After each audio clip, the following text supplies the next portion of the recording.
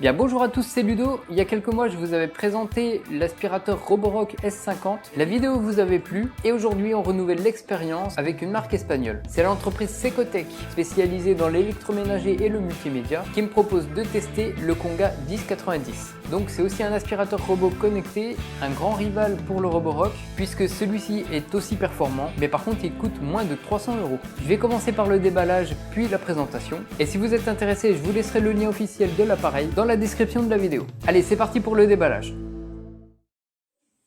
Voilà la boîte du robot avec quelques descriptifs en espagnol. Il balaie, aspire et passe à serpillière. Il nettoie sans limite grâce au contrôle électronique. Il a 6 fonctions dont 3 types de nettoyage. Le mode turbo pour les tapis, 3 niveaux de nettoyage, une grande puissance d'aspiration, 3 puissances d'aspiration. Il a une brosse spéciale pour les poils d'animaux. Il est compatible avec Alexa et Google Home et il est contrôlable directement depuis l'application.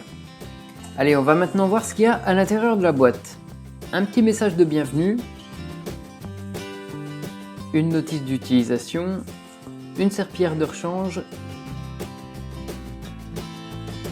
un gros réservoir pour le récurage avec sa serpillière, un filtre EPA de rechange, la brosse en silicone pour les poils d'animaux, la station de recharge du robot,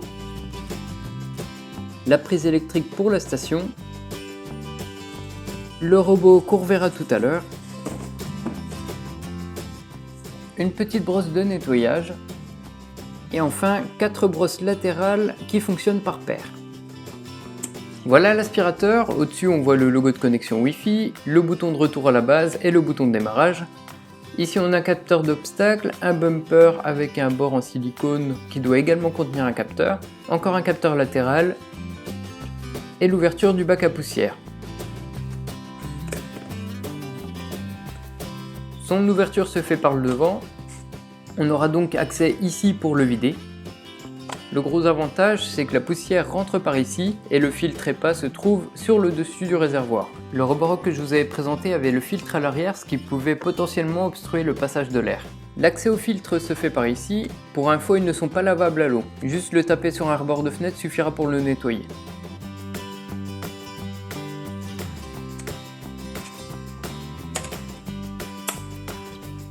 On a un deuxième réservoir pour le récurage, on enlève la serpillière en la dégrafant. Le remplissage se fait par le haut et il peut contenir jusqu'à 30 centilitres, ce qui est plutôt bien. À l'arrière, on a un réservoir séparé qui récupère la poussière avant de récurer. Et le filtre EPA se trouve sur le haut, on a accès également au bac. Pour nettoyer le filtre, il faudra tirer fort sur le support et ce filtre se nettoiera également à sec. Je remets le bac à poussière, on va regarder en dessous du robot. On installe les brosses latérales simplement en les clipsant. Ici on a les connecteurs de charge, la roue directionnelle, il y a 3 capteurs de vide anti-chute, le bouton de mise sous tension et la brosse centrale que l'on peut retirer en appuyant sur les 2 boutons. C'est une brosse simple en poil et en silicone qu'on peut remplacer par la brosse en silicone pour les poils d'animaux. Maintenant qu'on a fait le tour, on va enfin pouvoir le brancher et le paramétrer. Maintenant que j'ai mis le robot à charger, on va regarder en détail l'application.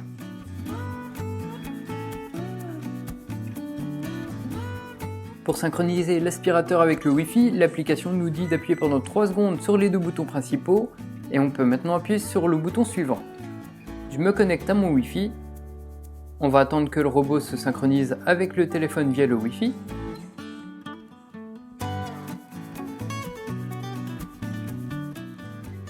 On voit en haut à droite le logo de localisation qui fera sonner l'appareil pour savoir où il est. En haut à gauche, on a le niveau de la batterie de l'aspirateur et à droite, on voit qu'il est en train de se recharger. Au milieu, on a la télécommande pour contrôler le robot. La petite maison à gauche vous servira à renvoyer l'aspirateur à sa base. Au milieu, on peut choisir le mode de nettoyage parmi 4 modes. À droite, on choisit la puissance d'aspiration. En bas, on pourra programmer les cycles de nettoyage du robot. Par exemple, je vais lui demander de passer l'aspirateur à 8 h du matin le mardi, jeudi et samedi en mode automatique.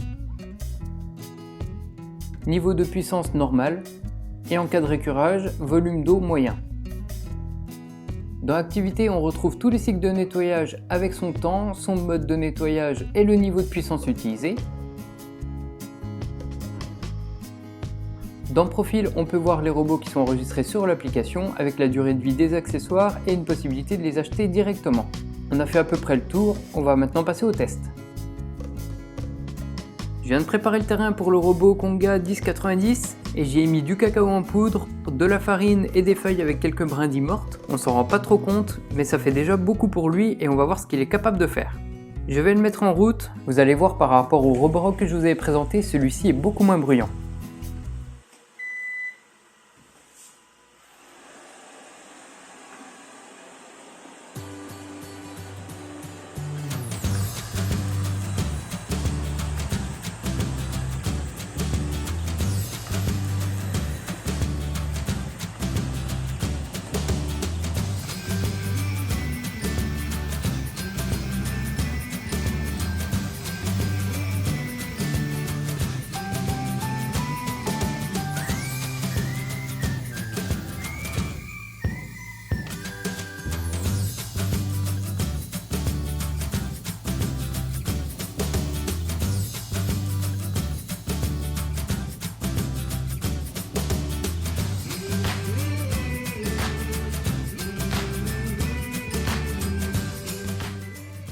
Voilà, il a fait l'équivalent de 2 passages, il reste encore un peu de cacao et de farine dans les joints de carrelage, mais globalement il s'est très bien débrouillé par rapport à la quantité que je lui avais demandé de ramasser.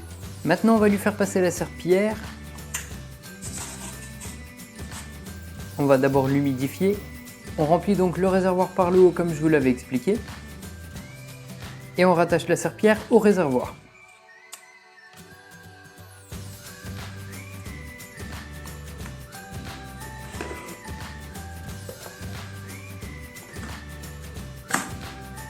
C'est parti pour la séance de récurage.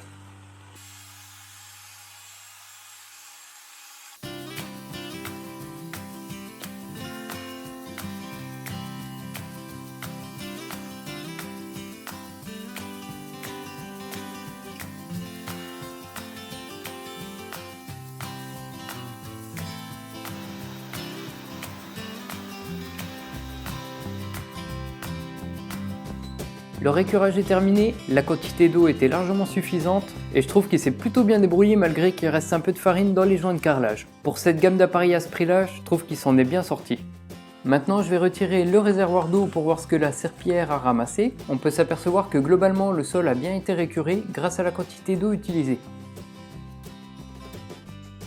Donc voilà, cette vidéo touche à sa fin. En tout cas pour son prix, je trouve que l'appareil est plutôt bon. Il n'a pas de télémètre laser ou de caméra pour se repérer dans la pièce, mais il fait très bien son travail. Donc je vous rappelle que j'ai mis dans la description de la vidéo le lien qui mène directement à la page officielle du robot. En tout cas, j'espère que cette vidéo vous aura plu. N'hésitez pas à aimer la vidéo si elle vous a plu, à vous abonner à la chaîne. Et moi je vous dis à bientôt pour une prochaine vidéo. Allez, salut!